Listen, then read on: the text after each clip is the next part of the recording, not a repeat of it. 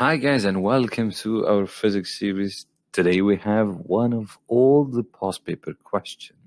November 1999, paper 1, standard level. Velocity and acceleration of a ball in the air. A ball is thrown vertically upwards and then comes back down. During the ball's flight, its velocity and acceleration vectors. While throwing the ball upwards, there's a change in the ball's displacement.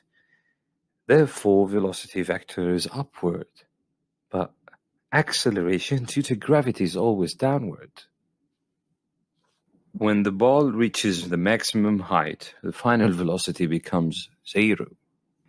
Now the ball changes its direction of motion to become downward, in the same direction of acceleration due to gravity.